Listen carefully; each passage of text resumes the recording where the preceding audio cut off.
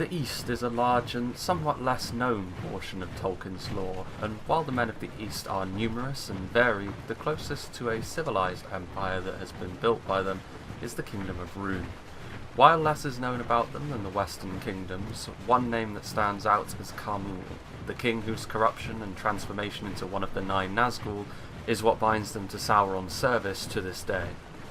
Widespread during the War of the Ring, they not only fought alongside Mordor in the south, but also launched an invasion of the north, fighting the combined forces of Dale, Erebor and Mirkwood to a standstill, killing King Brand and King Dain in the process.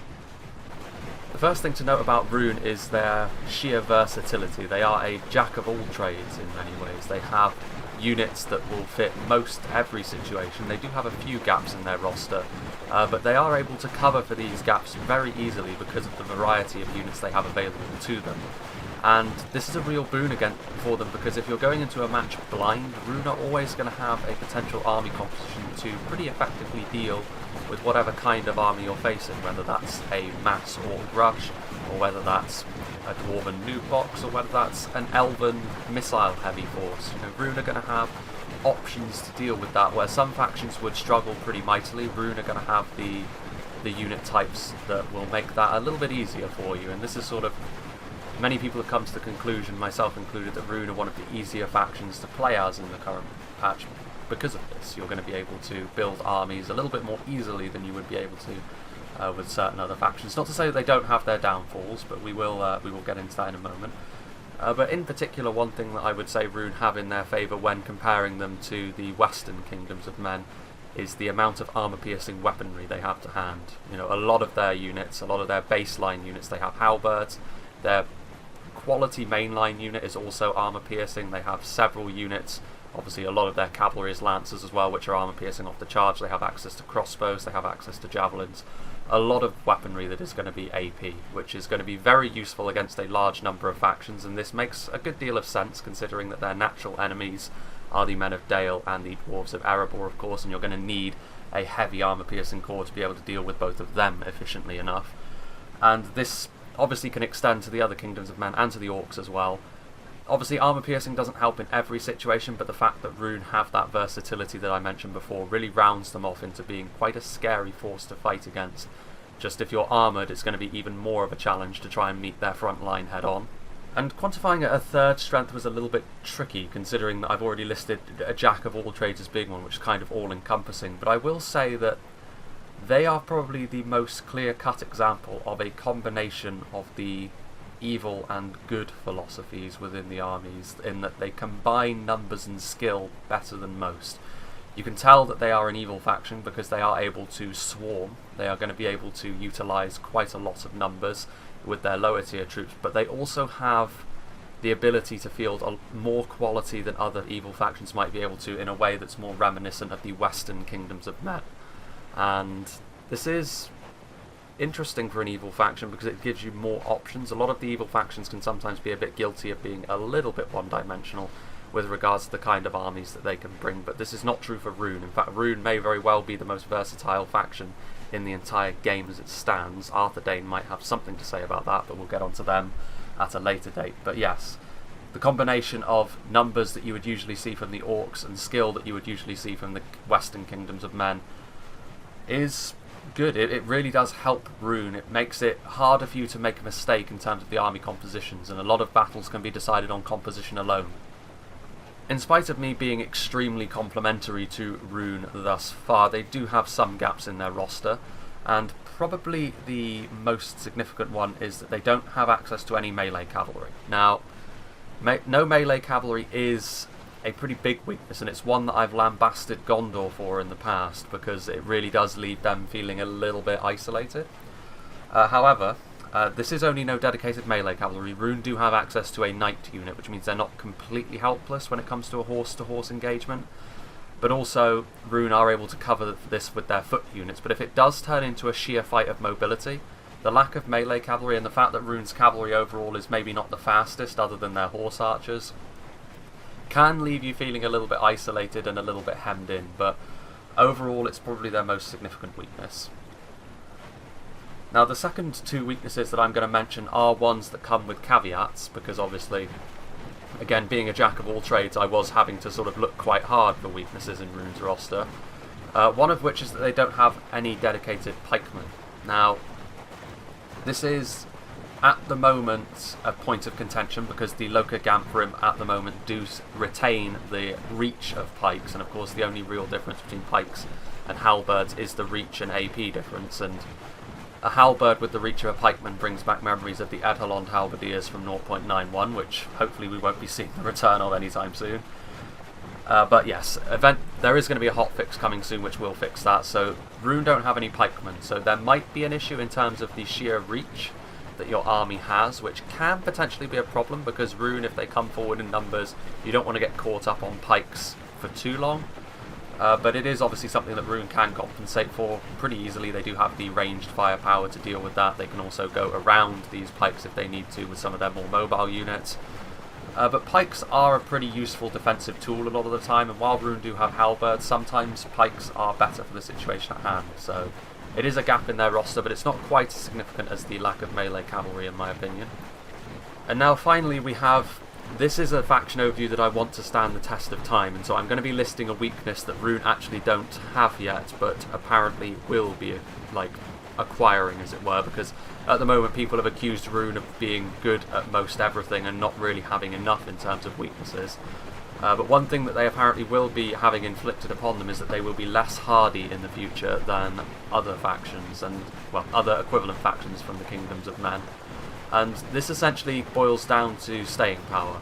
Stuff like stamina and their stomach for the fight. Obviously their higher tier units are still going to be able to stick in the fight with morale and high stamina, but eventually their lower tier units are going to be much more reminiscent of the orcs. Stuff like the Eastron Clansmen, for example, which we will get onto in a moment, are going to have less stamina and less morale than they currently have, which does mean that if you go for the horde tactics that the orcs often go for, you will be having the same weaknesses inflicted upon your army, such as mass routing and the overall exhaustion of your army coming to you sooner than you might expect. So that is something which is apparently going to be coming in the future. It's not entirely implemented just yet, but like I said, this is going to be a faction overview which is meant to stand the test of time, and that will be one of Rhune's most significant weaknesses in the future, should it be implemented soon. I don't think it's going to be part of the hotfix, but it should be relatively soon.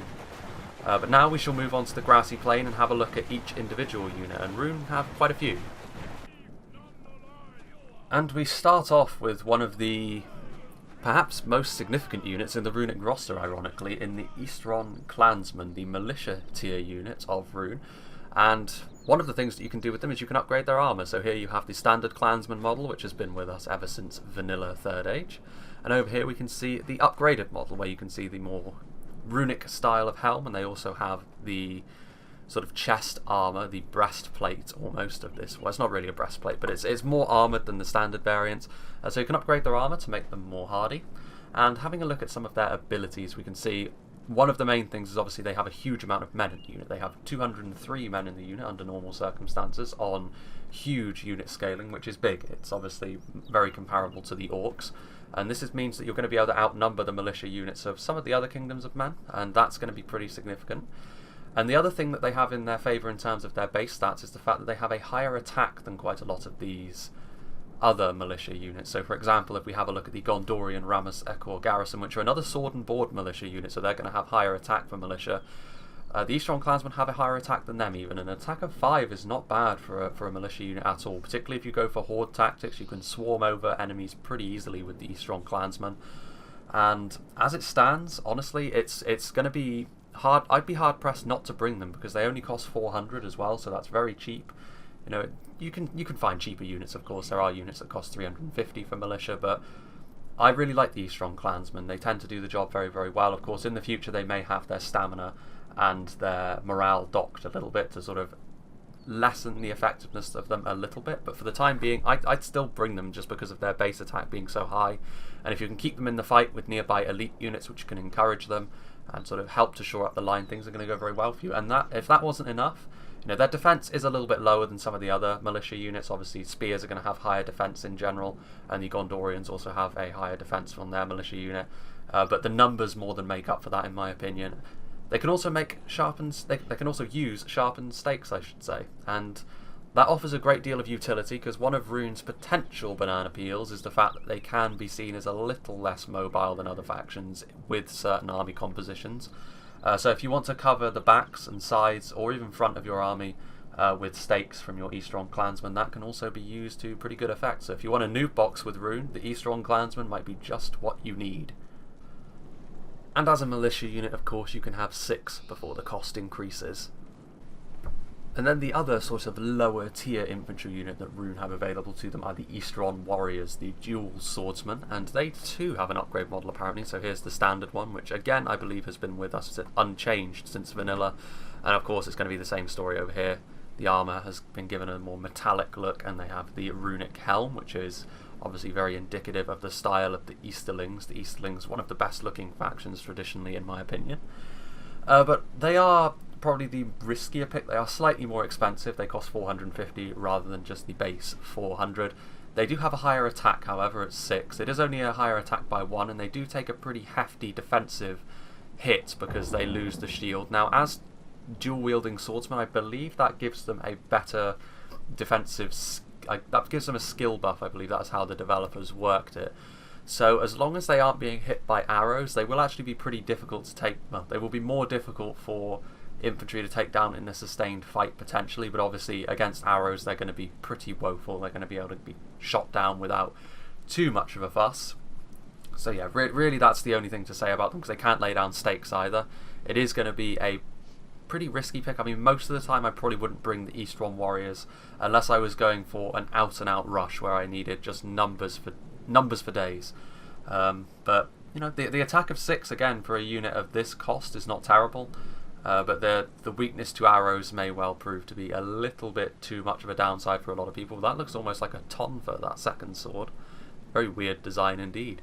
But yes, so that is the Eastron Warriors. Not really much to add to them from the Eastron Clansmen other than the fact they have a slightly higher attack at the expense of their shield and some of their defensive score. And the fact that they can't lay down stakes, of course. They still have the same amount of men in the unit though. And once again, you can have 6 Eastron Warriors before the cost increases. And we also have the Eastron Guard, obviously previously known as the Clan Guard, another unit that has been with us since vanilla with their double Vulge, I think this weapon is called, or a dual-ended glaive at any rate. And they are quite similar in terms of stats to the Eastron Warriors before them, only they have a slightly higher attack again. They still have a defensive 6, and obviously traditionally they have always been glass cannon-esque in the sense that they have always been able to deal decent damage, but this is at the cost of their survivability at range. Apparently they have an upgraded armor model as well, although I'm not quite sure what changes. Some of their armor model, well, some of their unit models get this sort of black armor instead, and that is a bit of a trend with Rhun that we've seen thus far. Their lower tier units can have their armor upgraded almost across the board, which can definitely increase the effectiveness of your army quite substantially. Although upgrading the armour of such a fragile unit at range might be a bit of a fruitless endeavour anyway. They have slightly less men in the unit than the units we've seen previously, but 179 is still going to be more than enough to outnumber a lot of the mid-tier units that you will encounter on the battlefield, other than maybe them of the Orcs. But the other thing that you have to notice when you look at them next to the Eastron Warriors, other than of course their increased cost, they cost 550, so we are now getting up into the slightly more expensive units. Well, the slightly more mid-tier units. I'm not sure I would call the Eastron Guard mid-tier still, but the other thing, I don't know if they count as a two-handed spear. That would be something which I would have to ask the developers, because I believe there are only 3 two-handed spears in the game, and I'm not sure that this would be one of them, considering the two-handed spears are very, very powerful indeed, but maybe they are. You know, maybe that is the Eastron Guard's niche, because they have a bonus fighting against cavalry, and they are effective against armour. Now, both of these stats are going to be potentially very useful at zoning out enemy heavy cavalry from your back lines in particular. Enemy archers are going to be your bane if you bring too many Eastron Guard, but I haven't actually seen them in action a lot since the new patch dropped. I think I've only seen them once, and in that situation they were focused down quite quickly. But I can't help but feel as though if you manage to sort of keep them alive, they could well be a pretty useful backline coverer, which, if you're going for a very aggressive push as Rhun, might be exactly what you need, because pikes tend to be a little bit too slow to cover that role most of the time. And if you combine them with the fact that Rhun have crossbows in their roster, this could make you pretty well versed to deal with hammer and anvil attacks from your enemy. Other than that, though, there's not really much to say about the Eastron Guard. Their stats are still not hugely impressive. It's really going to be the bonus against cavalry and the effectiveness against armour that you are paying for. So you're going to need to be very wary of archers, and obviously in a prolonged fight they will probably fall apart more quickly than several units of a similar cost from other factions. In addition to being quite easy to focus down, you can only have 3 of the Eastron Guard before the cost increases, so you will need to be very careful with them, particularly if they're going to be your only defence against enemy cavalry charges. And now we get into the holy trinity of Rhun's central infantry corps, and we start off with the Halberdier, the Locust Rim, one of the units again that has been with us ever since vanilla. I think every unit we've seen so far has been with us since vanilla in some shape or form, other than the upgraded models for the first 2. But the Rim have always been a very important part of Rhun's roster. In the past they have been pikemen, whereas now they are halberdiers. As I said in the start of the video, they at the moment, at the time of recording of this video, they do have the range of pikemen, but that will be changed to just be standard halberdiers. Obviously they have their... We are now into the Golden Boys with their dragon scale armour. And obviously as halberdiers, I think they do have an upgrade model as well, although it is again one of the very similar to the elven upgraded models for the Elder Enway. They remain the same, but I'm more than happy with that because the Golden Boys always look pretty fantastic. Having a look at some of their stats though, they have 164 men in the unit, which is pretty good for a polearm unit like this. Some of the more expensive ones take a bit of a hit there, and that can be to their detriment as the battle goes on. But one of the things that really sets halberdiers apart from pikemen is their stats tend to be a little higher. So their attack, their defence and all of that sort of thing are higher, and obviously this comes with another caveat that they are effective against armour, which pikemen of course are not. This can be very important. If the enemy has brought no pikes to answer them, or no halberdiers of their own, then halberds can really do a fantastic job at holding the front line. Whether this is in a field battle or in a siege battle, the Rim is something you may very well see in both situations. Definitely in a siege though. There is a case for saying in the field you do want to bring some of the more mobile and some of the more heavy hitting units on the offensive anyway. Obviously they do have a bonus against cavalry as well. It's not quite as severe as pikemen bonuses, but still halberds, if they can get a hold of cavalry for any extended period of time, they will be able to chip away at them very, very quickly. Their attack of 7 is, you know, it's okay. It's going to be in excess of what a pike unit is going to be able to offer for the most part. A pike unit of similar cost anyway. Well, actually, I suppose halberds have only slightly higher stats than pikemen, so for the most part you're going to be seeing similar things. It's really the effectiveness against armour which gives them their bite. But their defence, however, is where things start to... Well, one aspect of the Rim's defence anyway is where things set them apart a little bit. Total defence of 10 is maybe not the best value you could ever hope for, but most of that comes down to their low skill, which most long polearm units will have. Even the elven polearm units don't have a huge defence skill.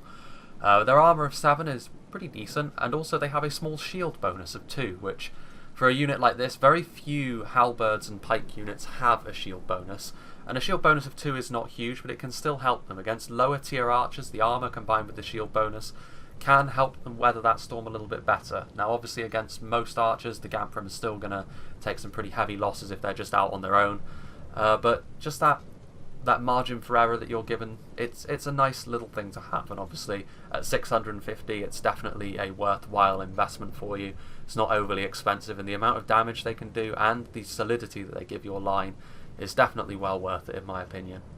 The Rim could potentially be outnumbered on the battlefield, however, as you can only have 3 before the cost increases, but this is going to be more than enough armour piercing damage to really make the enemy front line think twice before engaging them. The second of the Golden Boys, we have the Locust Rim, one of the, again, another very significant unit in the runic roster. Again, according to this, they do have an upgrade model, although I'm pretty sure it's going to be very similar, indeed it is. So again, it's going to be very similar to the Elder Enway when it comes to the Golden Boys. But the Rim are, of course, the mainline infantry unit you're going to be using as Rhun if you want to go for a little more quality over stuff like the Clansmen. And you do pay for that because they do cost 700, which is no small amount of money. However, in my opinion, they are definitely going to be worth it. Their attack of 6 is pretty standard fare for most of the sort of mainline infantry units. In terms of cost, they find themselves kind of between the upper mid-tier and the lower mid-tier. So it's an interesting sort of position they find themselves in, but most of the time, in fact, I would say in every runic composition, you may very well see some Rim. Their total defense of 22 is also pretty high. I mean, the armor value of 11 is very good, and the shield value of 8 is also very good. So against units that don't have a lot of skill, they may very well struggle to deal with the Flag Rim, or units without AP as well may very well struggle to deal with the Flag Rim. The defensive skill of 3 is maybe a little bit lacking, but what really matters is, of course, the fact that they are AP in melee, which is obviously a reason for why they don't have a huge amount of skill. This AP in melee really sets them apart from a lot of the other mainline units in the game. Obviously, with their maces, they're going to be able to trade very, very efficiently with a lot of the Western kingdoms of men in their heavy plate armor. So, for example, a good example for this would be the Gondorian infantry. You know, even if they upgrade their armor, the Flag Rim are going to be able to very efficiently deal with them. You do pay for this, of course, and 700 is not a small amount of money to spend on a unit that you're essentially going to be sending into the front lines to go into the meat grinder. But definitely, in my opinion, one of the real mainstays of the Runic army. They always have been, and they are a powerhouse on the battlefield. You know, you underestimate them at your peril. If you think that a unit is going to go into melee with them and come out looking good, you're going to be horribly mistaken, especially if you're playing as one of the Númenórean factions. Especially stuff like the Gondorian infantry and the Edelond men-at-arms are going to do quite poorly against the Flag Rim purely because of those maces.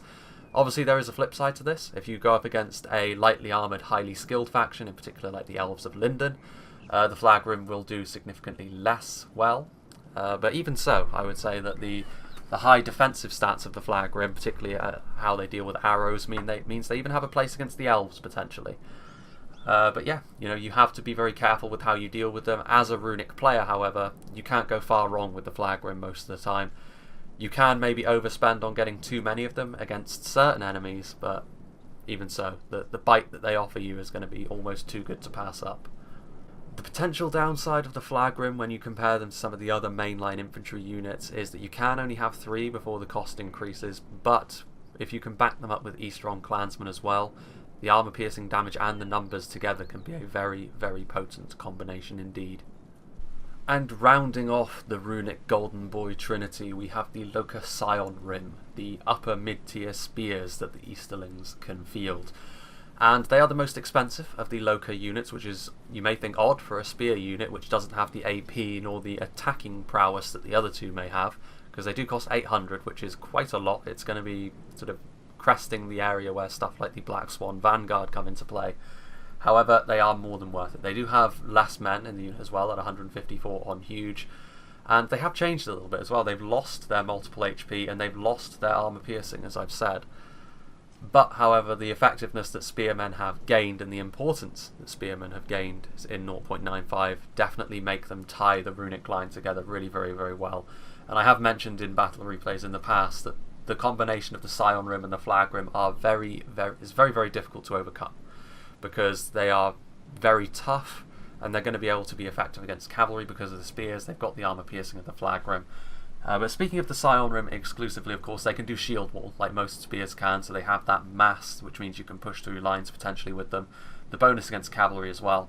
Having a look at their stats, an attack of 6 is decent for a spear unit, actually. I mean, most spears take a malus against other infantry, but I think perhaps because of the higher cost of the Scion Rim, they are able to maintain a slightly higher base attack.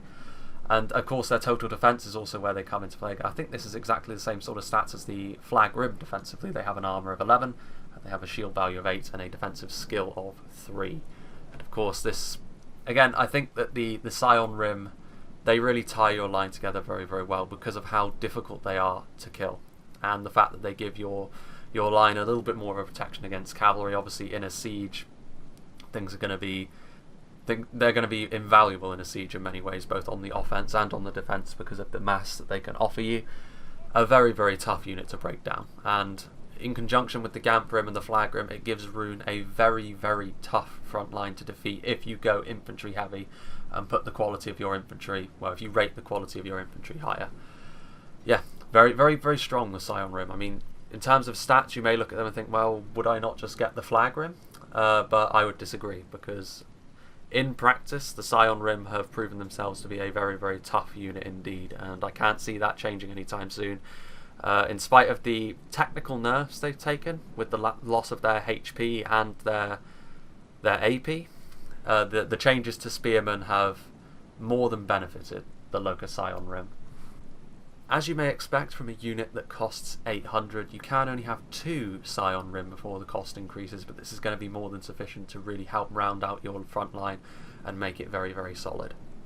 Another unit which has changed very substantially from the last patch is the Dragon's Wrath Guildsmen, because they have gone from being a sort of heavy-duty frontline dual-wielding unit to one of these so-called assassin units that have been added in the new patch. And essentially this means that they are obviously more geared towards ambushes. They can hide anywhere. They can inspire nearby troops as well. And it says they're effective against armor, but I believe that is their missile attack rather than them in melee. I could be wrong about that, but I think if they were AP in melee, that would make them a little bit too strong for what they are intended for. Especially seeing as they are dual-wielding swords units, which are a little bit more based around their skill.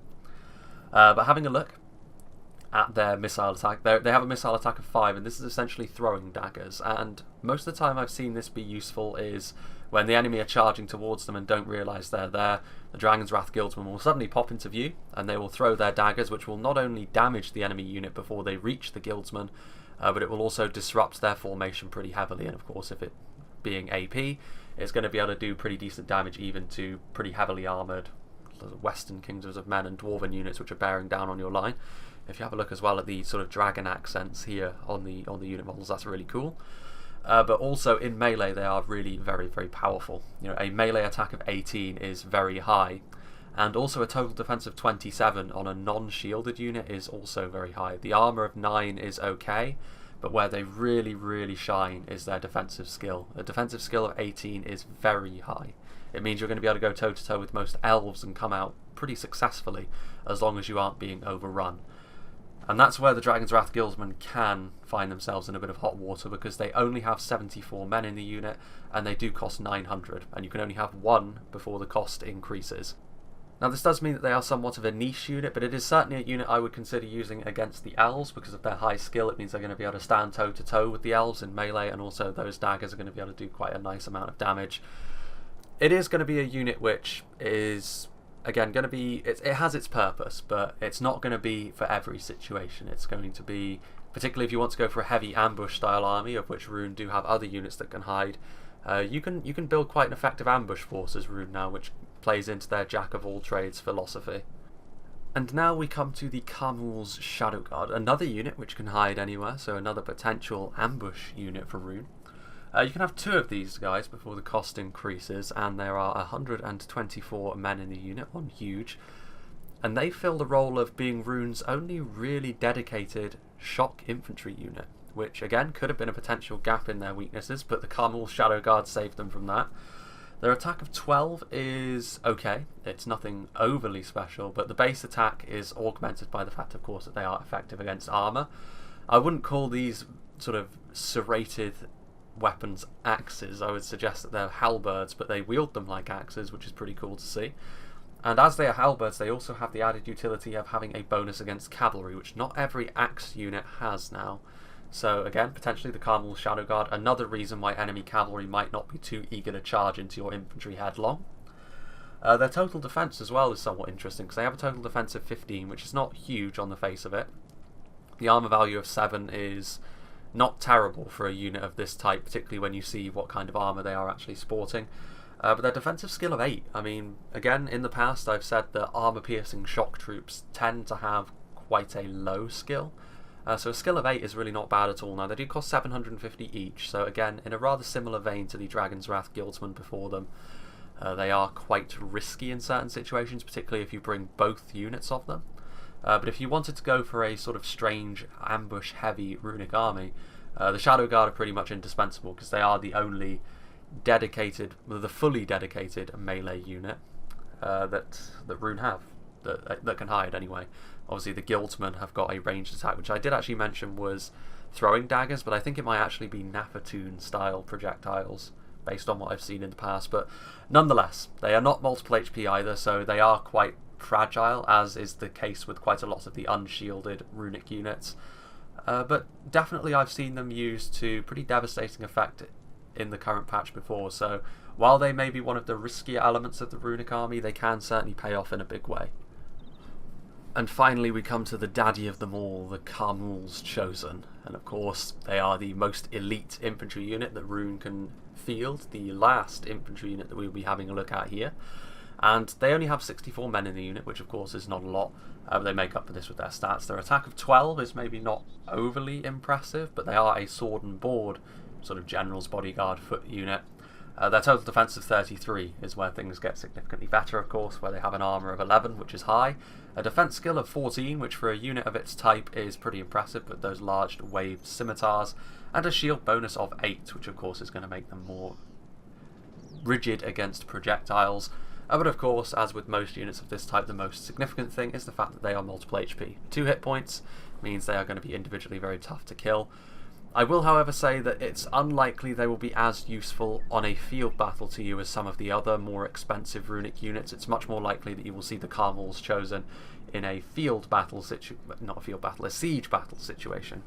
Because on a field battle, I feel as though they can be sort of picked out, as with most of the higher tier infantry units, that must be said. I feel as though they can be picked out a little bit more easily. But obviously they can inspire nearby troops, as with most more expensive units like this. They can do skill trom as well, interestingly enough, which is something which is a little bit more common around higher tier general's bodyguard units now, which is, again, something that's quite interesting. And they frighten nearby enemy infantry, which again, against lower tier, sort of low morale factions like the Orcs, for example, that will come in very handy if you can get them into a sustained fight with stuff like the Moran on guard. But yeah, 1200 is honestly not terrible either. It is a little bit cheaper than some of the other units of its type, and this is understandable because their stats are a little bit further behind some of the other kingdoms of men, which is where one of the small differences between Rhun and their western counterparts can be found. But even so, the Camels Chosen is still going to be more than enough to tank their way through the vast majority of units that are of a lower tier than it. And of course they look absolutely fantastic. And now we get into the runic skirmishers, starting off with their lowest tier of archer, the Eastron Hunters, of course, the ranged clansmen as it were, and they apparently have an upgrade model, so this is the standard one. Then moving over here, do they get a genuine upgrade model? It doesn't look like it. It looks like they've got the same sort of thing, but again, it's going to be a similar story here where the lower tier units are going to be able to upgrade their armor should you desire it. And having a look at some of their stats, obviously they can use sharpened stakes, which again, that utility is going to be very, very useful. They have a pretty standard range. I mean, if there is a unit which has something in terms of range which is different, I will point it out. But having a look at some of these, 204 men in the unit, which is the first point in the Eastron Hunter's favour. It means you're going to be able to get a lot of volume of arrows downrange very, very quickly. And their missile attack of 5 is honestly not bad. It's on par with some of the other kingdoms of men in terms of their slightly better archers. Obviously they do pay for this in other ways, mainly the fact that they are, of course, very, very fragile. You know, their total defense of 5, they only have an armor value of 2 and a shield value of 0. So that means enemy projectiles are going to tear through them like they weren't even there. And in terms of a melee combatant, I mean, a defensive skill of 3 and a melee attack of 4, you don't really expect a unit like this to be able to be a melee powerhouse. So again, I mean, a lower tier arch like this, there's not really much to say about them other than the fact that they are going to be... You can bring them in decent bulk. I mean, you can have 3 before the cost increases, for example, which means you're going to have, you know, just over 600 archers on the field on huge, which are going to be able to get arrows downrange for you. And obviously this has some benefits in the sense that you're going to be able to get a lot of arrows downfield, but obviously they are going to be less useful as the game goes on, I feel. But even so, I think that, you know, Rhun's versatility is their strength, so the fact that you can field a decent low tier archer like this adds to the options that you get from the faction as a whole. Moving up in the world slightly, we have the Odd Mercenaries, a slightly higher tier of archer than the Eastron Hunters. They can still use sharpened stakes and they still have their long-range missiles. They have less men in the unit, however, at 169. And interestingly, the same missile attack at 5. It says that they have an upgraded armor model, although I'm not quite sure what form that will take. It's similar to the Eastron Guard, where some of them get a sort of darker aesthetic. But of course the main difference, as it were, is the fact that they are going to be more durable, both at range and in melee. Their melee, you know, their capabilities in melee are honestly not terrible for an archer unit which only costs 600, and it's going to be similar here where you can have 3 before the cost increases. Again, you have a melee attack of 6 and a total defense of 11, and a defensive skill of 2, which admittedly is pretty woeful. They do pull out axes in melee after all. But significantly, of course, they have an armor value of 4, which again is maybe not the best, but they do have a shield value of 5. So it's going to be difficult to skirmish with the Variag Mercenaries and get value for money most of the time, I feel, because they are so cheap. That if they are absorbing arrows, they're going to be doing their job, and whatever damage they can do is going to be a bonus. Particularly against skirmish-heavy factions, I can see the Variag Mercenaries being very, very useful. So against the Elves, for example, the Elves will obviously beat the Variag Mercenaries all day long, but they will probably fail to get their value for money off the Variag Mercenaries, depending on what tier of archer they have brought. So yeah, it's an interesting dilemma. If you feel as though you want to get more arrows downrange, then you should go for the Hunters. But if you want to be a little bit more durable, absorb a little bit more pressure, then the Variag Mercenaries are going to be for you with their shields. And, you know, they are a little bit better in melee as well, if that was a deciding factor of which one to bring. They do cost more, of course, so you will pay for it.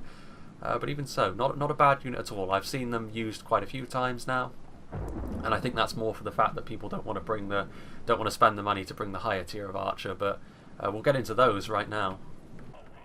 A return to the Golden Boys here with the Locust Ion Ring, and the main difference between they and the Variag Mercenaries, well, one, you can only have 2 before the cost increases, which means you're always going to be able to afford, well, field less of them essentially. But primarily, they have a better missile attack of 6. It says they have an upgraded armor model, but again, I'm pretty sure that it's just going to be the same model as with most of the Loke units, as you can see, or Loka. In melee, again, it's going to be a similar story to the Variag Mercenaries. They're decent without being fantastic. They don't have a shield, however, which again, one of the reasons to bring the Variag Mercenaries is the fact that they're going to be able to withstand a lot more pressure. The Narim don't have a shield, so if you feel as though the enemy is not going to be bringing any skirmishers, and you feel as though you can do some damage to them at a distance, then the Narim will be for you. But obviously you really don't want to be bringing them against the likes of the Elves, because otherwise they will just be torn apart without a shield. I can see the Narim being a primarily siege-focused unit, particularly on the defense, because again, they're able to deal more damage, but it does come at the cost of their own survivability, and obviously it's a risk versus reward thing, but the reward is not high enough to be worth the risk in terms of engaging in an out-and-out skirmish fight, in my opinion.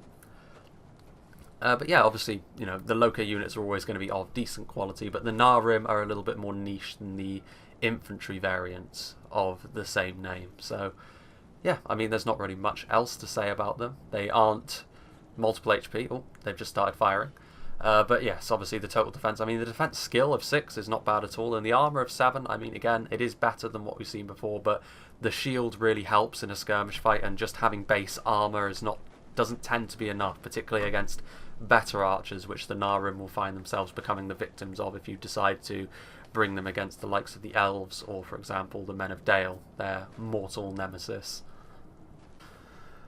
And now we come to one of the deadly ambush units of Rhun, and that is the Camels Shadow Bows. You can have 2 before the cost increases, and there are only 101 men in the unit, and they only have a missile attack of 5, but most significantly they are rangers. They have the body piercing, which means against lightly armoured lower tier troops they will absolutely tear into their ranks. It's going to take some pretty hefty armour and shields to withstand the shadow bows, and of course the fact that they can hide means they have the same ambush capabilities as any ranger.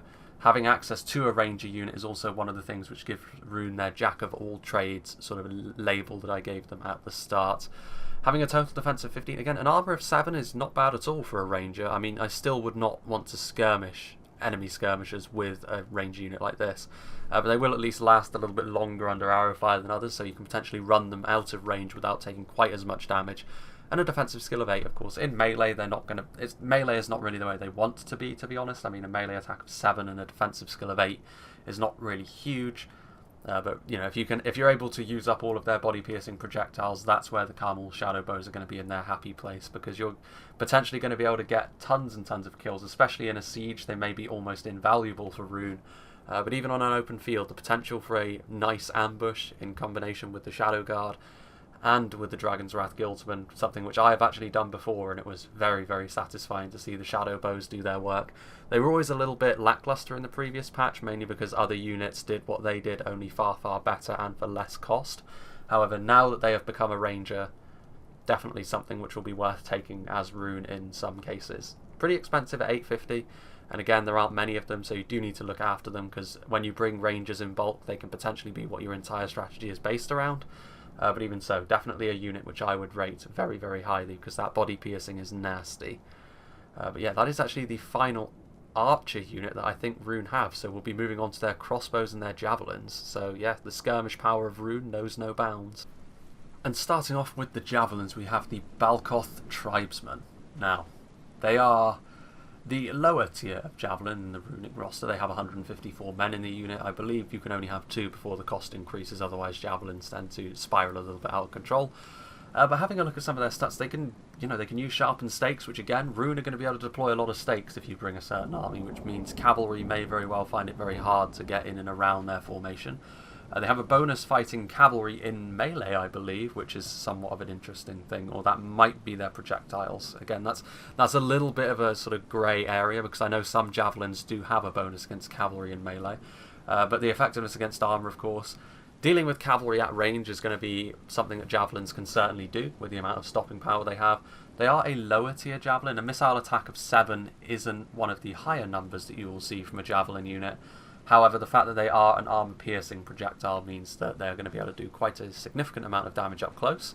In a siege, they're going to be very useful, of course, but potentially in a field battle as well. If you can get them firing into the enemy infantry line or helping to zone out cavalry, that can be a very good thing. I would say that on a field, Rhun have got other tools that they can use to zone out enemy cavalry, and you would be much better served trying to help win the infantry fight with the tribesmen if you were going to bring them on an open field.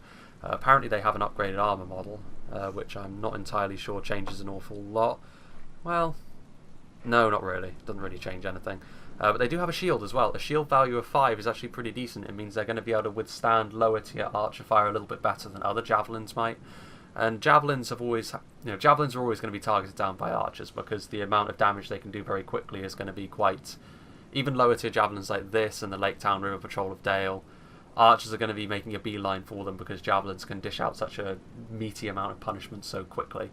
And the Balcoth Tribesmen are no different, but they can withstand that a little bit better with their shield value of 5. Obviously their armour of 4 is pretty poor, and obviously in melee they're bad. Their melee attack of 6 and their defensive skill of 1 means they're going to be able to be cut apart pretty quickly. But I mean, again, that's going to be par for the course with regards to lower tier javelins like this, for the most part. Some factions, of course, can get around that limitation.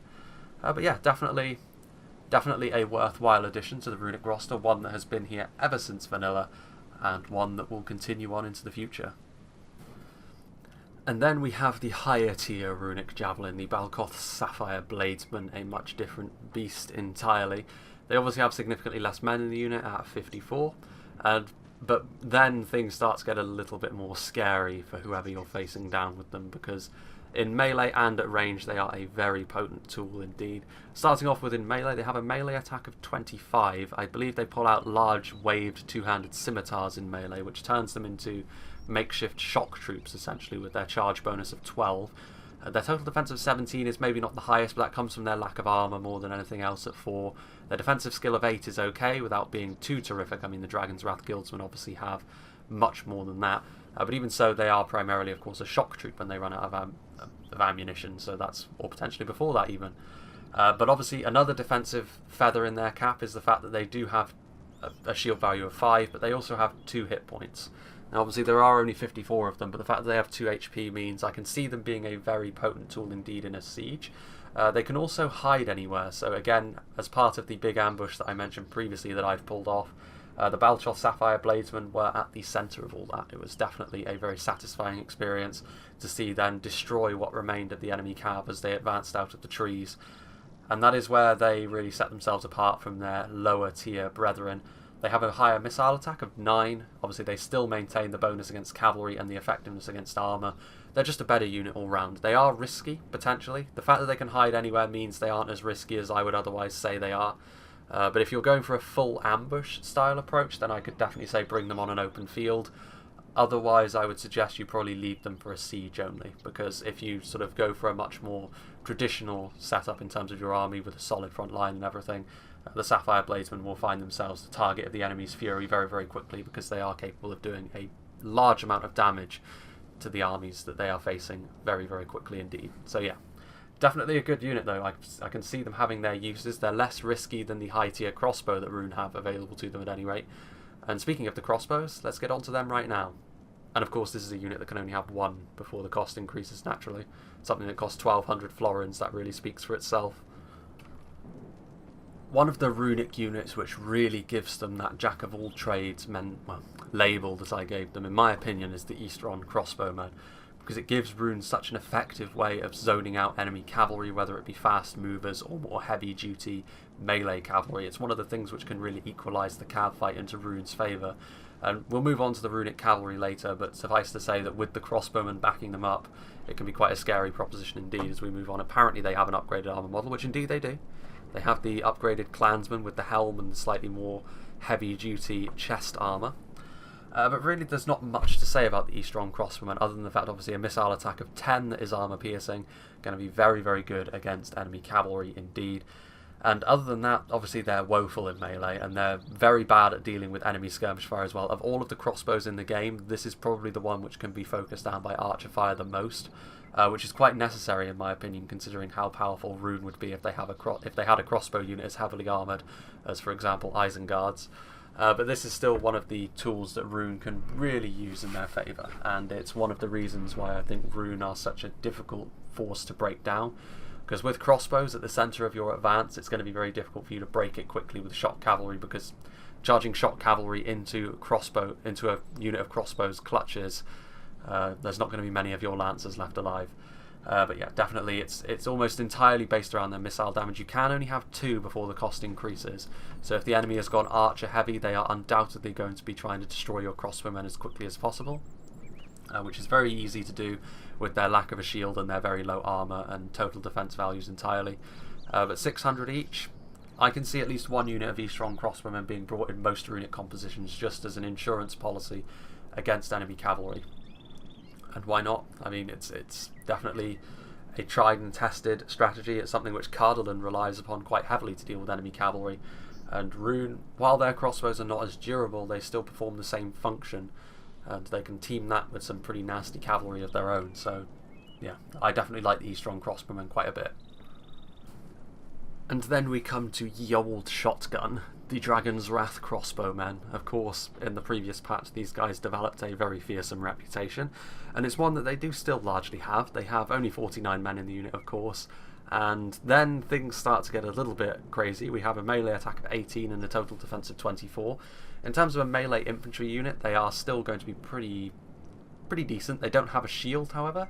They do have multiple HP, which means they're going to be quite tricky to take down with their armour value of 11 and their HP of 2. It's not going to be the sort of thing which low tier archers are going to be able to deal with too quickly. They of course cost 1300, which is a big investment in a single unit. Then having a look at obviously their ranged capabilities, their missile attack of 14, which is armour piercing of course, but you're going to have less ammunition than you used to in the last patch, and that was already quite limited. It's going to be the sort of experience, shall we say, that you're going to be inflicting upon your enemy. You can take out an entire unit very quickly, but past that they're going to be running out of ammunition. So it's very much a pick your target and destroy them quickly kind of deal. So on a very open field like Grassy Plain, for example, I definitely would not recommend the Dragon's Wrath Crossbowmen, because previously, of course, they could hide anywhere. Now they can't hide at all, which means it's going to be very obvious where they are, and as soon as your opponent sees them, that's going to be the target of everything they have, because if they can kill your Dragon's Wrath Crossbowmen without them doing anything, that's going to be a huge amount of potential destruction that they've saved themselves, and a huge amount of money that you've essentially poured down the drain. Now, the charge bonus of 10, again, they essentially become makeshift shock troops in the same way that the Sapphire Bladesmen do when they run out of ammunition. They can use sharpened stakes. Obviously, they're effective against armour, and they frighten nearby enemy infantry. But it is a very, very risky unit to bring. I would say probably siege only is where they're going to be optimal. There are other maps where it isn't a siege, stuff like the Misty Mountain Pass, where you can potentially use them if the enemy doesn't see them, for example, and just gets a little bit careless. You can potentially rout entire sections of their army with the Dragon's Wrath Crossbowmen, but again, high risk, high reward. That's a phrase which really comes into play with the Dragon's Wrath Crossbowmen, and of course you can only have one before the cost. And so now we come to the Runic Cavalry, and we start off with the Eastron clan chiefs, and just looking at their stats you can see that survivability is not that high up on their list of concerns.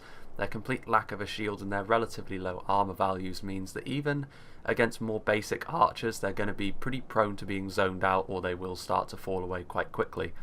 However, One thing that I have noticed as going through these stats is that the Eastron clan chiefs are, I believe, spear cavalry, because as you can see from the abilities at a glance there, that they have a bonus versus cavalry. Now, spear cavalry are a little bit of, well, they're basically the happy middle ground between lancers and melee cavalry. They can sit in sustained melee against other cavalry, but they won't be quite as good at this as other melee cavalry, but they also have good charges. So apparently, according to this anyway, they have a charge that is still armor piercing, so that's a pretty interesting unit to use. Now, the fragility of this unit is going to be its biggest downfall, of course, but the fact that they do have a unit which can go into sustained melee against other cavalry is a bit of a boon for them. The fact that they don't have any dedicated melee cavalry is still a bit of a downside, though, in my opinion, because the Eastron clan chiefs are much more fragile than most other sort of standard melee cavalry in the game. And they do cost 600 each, and that can be quite a lot considering this is a unit which may very well fall away quite quickly. And also, as you can see here, as I was going through this, they do have an upgrade model, but it is very similar to the foot-based variant, where there's not really a huge amount of variance in the unit models shown. And now we have a unit which is definitely a lancer. As we return to the Golden Boys, we have the Locust Ion Ring, and they apparently have an upgraded model as well, but I can guarantee that just like the Elder Enway once again, yes indeed, it is going to be the same unit model. But then again, the Ion Ring have always looked pretty fantastic. In vanilla they were actually a little bit disappointing next to some of the other cavalry, but now that's quite different. Obviously they are a heavy cataphract unit, which means they have a decent armor score indeed. They have an armor of 11, which means they're going to be able to withstand a little bit more punishment than the Eastron clan chiefs which came before them. And the Eastron clan chiefs must have been spear cavalry, because the Ion Ring don't have a bonus fighting cavalry. They do still have their armor piercing charge, however, and they frighten nearby enemy infantry, so a nice rear charge is going to send lower tier infantry units running for the hills. 59 men in the unit. You can have 2 before the cost increases, and they do cost 975. So it is quite an expensive unit to bring, but if you want to try and secure the cavalry advantage as Rhun, then you're going to need to bring the Ion Ring, because they give you the heavy duty numbers that you're going to need to really secure that. Obviously, as lancers, you don't want to leave them in melee against other cavalry for too long.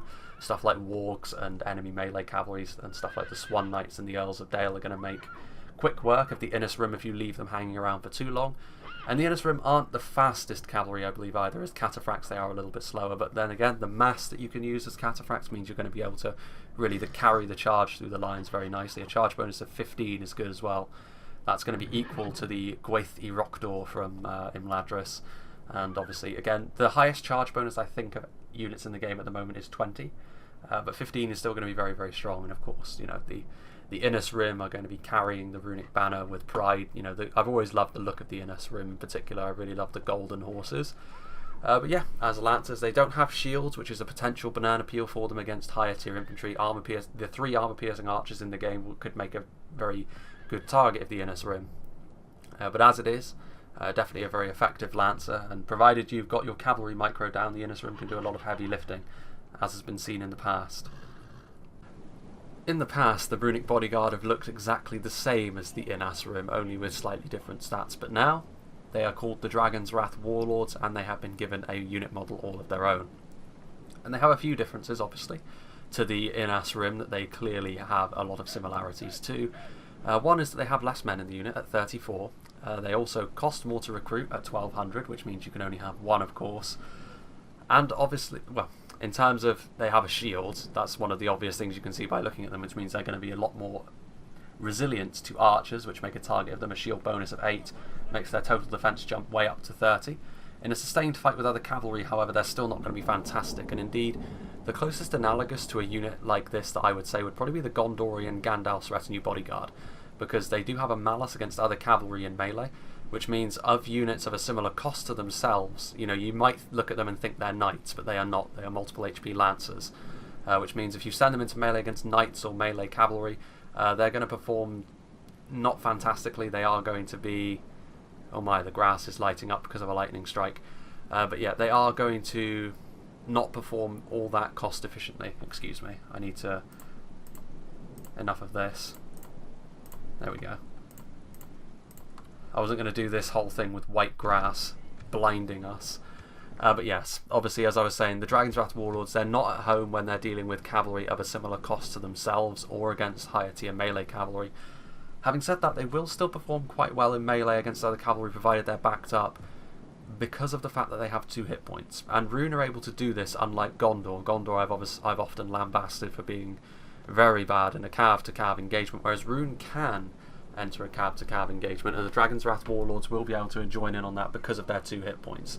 So they are a potential General's Bodyguard unit, and Rhun have got 2 heavy cavalry units that have multiple HP, which, again, the Spectre of 0.91 is not entirely dead yet, but I would say it's not overpowered because the Dragon's Wrath Warlords are a much more focused cavalry unit.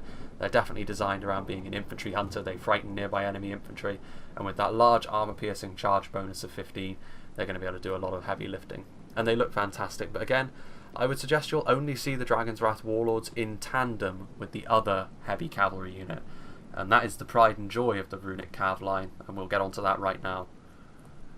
The so-called Knights are really the terror of the open field, and the Camels Dragon Knights are one of these units. Obviously, when looking at them next to the Dragon's Wrath Warlords, the primary difference is that they have a bonus fighting cavalry.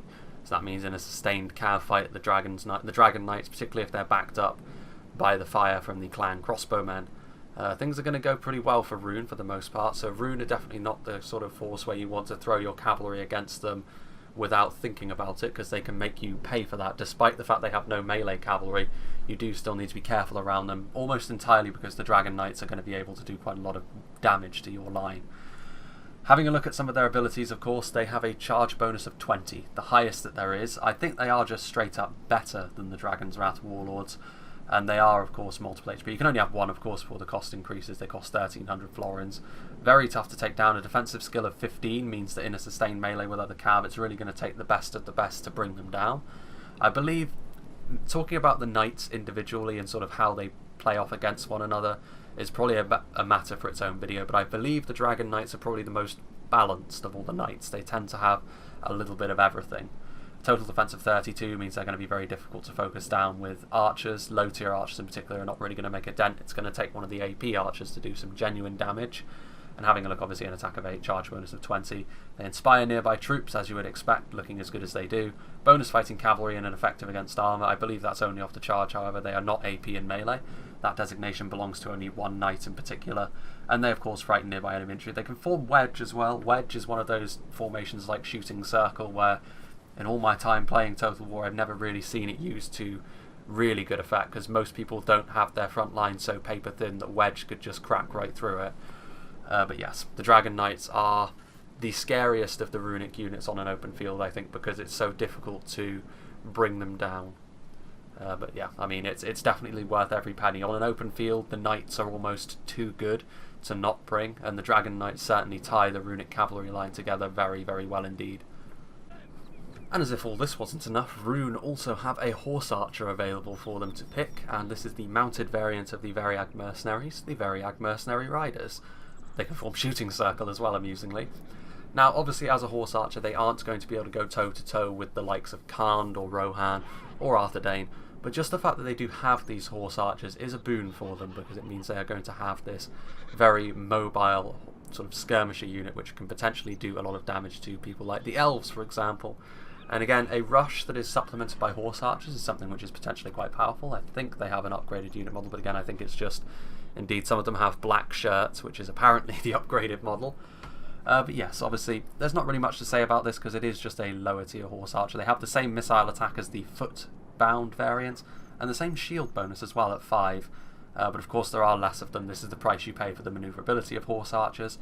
And when they run out of ammunition, you can't use them as shot cavalry. They only have a charge bonus of 1, which is obviously not going to be sufficient to send enemy infantry units routing. But if you go for a cavalry heavy build or a rush build, I do feel as though the Variag Mercenary Riders can support both of those kinds of armies very, very well. Obviously, against Khand and Rohan, I would not really recommend bringing horse archers, or Arthur Dane even. But it is something which can be used against certain people, you know, certain factions, which maybe if the enemy goes without any skirmishes to answer them, the Variag Mercenary Riders can sort of do their work unimpeded, which is obviously the dream for horse archers, but most people are not going to allow you to do that. But just the fact that Rhun have the option for a horse archer, once again, it's one of those things which play into their jack-of-all-trades mentality. Having a look at some of their other stats as well. I mean, you can't have too many of them before the cost increases. I think it's 3 before the cost increases. I've definitely seen 3 used against me in the past. But having a look at the, obviously total defense of 11, again the shield is really the most important thing there, so they can resist skirmish fire, and you're not really going to be sending them into a sustained fight for too long, but amusingly a melee attack of 5 means in a sustained fight against infantry anyway, they're going to be better than the Eastron clan chiefs, but if horse archers are in a sustained fight against infantry, something's gone wrong for you. We've talked about high risk, high reward with a lot of the runic units, a lot of Rhun stranger units anyway as we've gone through, but nothing is more high risk, high reward than chariots, and Rhun are one of 2 factions in the game to have access to chariots, and you know, essentially they are going to be, well, they are a ranged unit, they have archers on the back, so they will be able to perform some sort of damage at range. All of these stats I think are kind of pointless in a way. I mean, they do have a charge bonus of 24, which is enormous actually, which means they do actually have the highest charge bonus in the game. It says they have a special attack, it says they frighten nearby enemy infantry, but essentially the dream for chariots is if you can drive them down the length of your opponent's front line, because that will not only kill a great deal of them, but anything that is low tier, the fear effect will cause them to rout, and this is really the primary use for them. They are very difficult to use effectively, however. I've tried to use chariots in the past, and almost all the time they will always get stuck on stuff. Only once have I seen the chariots used in an effective manner, and that was against me, where I was playing against J-Monster. He was Rhun, I was Kharned, and he sent his chariots down the length of my line. They didn't get stuck, and they routed all my infantry. That's the dream for chariots. It's difficult to pull off, however. If you're feeling lucky, then the runic war chariots could potentially win you the game all on their own if you're against an infantry heavy army, but it is a risky proposition indeed. That guy looks like he's shooting me then. Obviously they have 30 men in the unit, they also cost a great deal, a recruitment cost of 1200. It says they have 4 hit points, but don't let that fool you, they are fragile. You know, they are deceptively fragile. There's a reason why they've managed to retain their stats from 0.91 while everything else has been toned down, because they were very weak in 0.91. They are usable now, but they are very difficult to use. Definitely the sort of thing you only use if you're feeling lucky. But yeah, this is the last of the unique runic units that we'll be looking at, because now it's just a matter of looking at their artillery. And essentially there's no change here. Rhun just have access to a standard ballista and a standard catapult. The ballista for if you want to ruin your opponent's fun and snipe out their artillery. The catapult if you want to panic them and force them to advance towards you on an open field or to defend a choke point in a siege battle. There's really nothing too special here, but you know, artillery for Rhun on an open field is an interesting one. I feel as though the catapult could potentially be used to force your opponent to come to you. Rhun are often more at home when they are on the offensive on a field battle. I feel as though taking the initiative as Rhun often leads to you having the advantage in a fight. But they do have the options to go defensive, and the catapult can potentially allow them to do that. The ballista is obviously a little bit more of a niche tool if you're, you know, particularly in a team battle or a siege battle. If you feel as though you want to snipe out the enemy's attacking artillery, then the ballista can be just what you need. But other than that, there's really not much to say with regards to the runic artillery line. So in summary, what do I think of Rhun? Well, there has been a lot of talk lately that they are the easiest faction in the game to play, and I certainly see that because of the amount of options that they have available to them.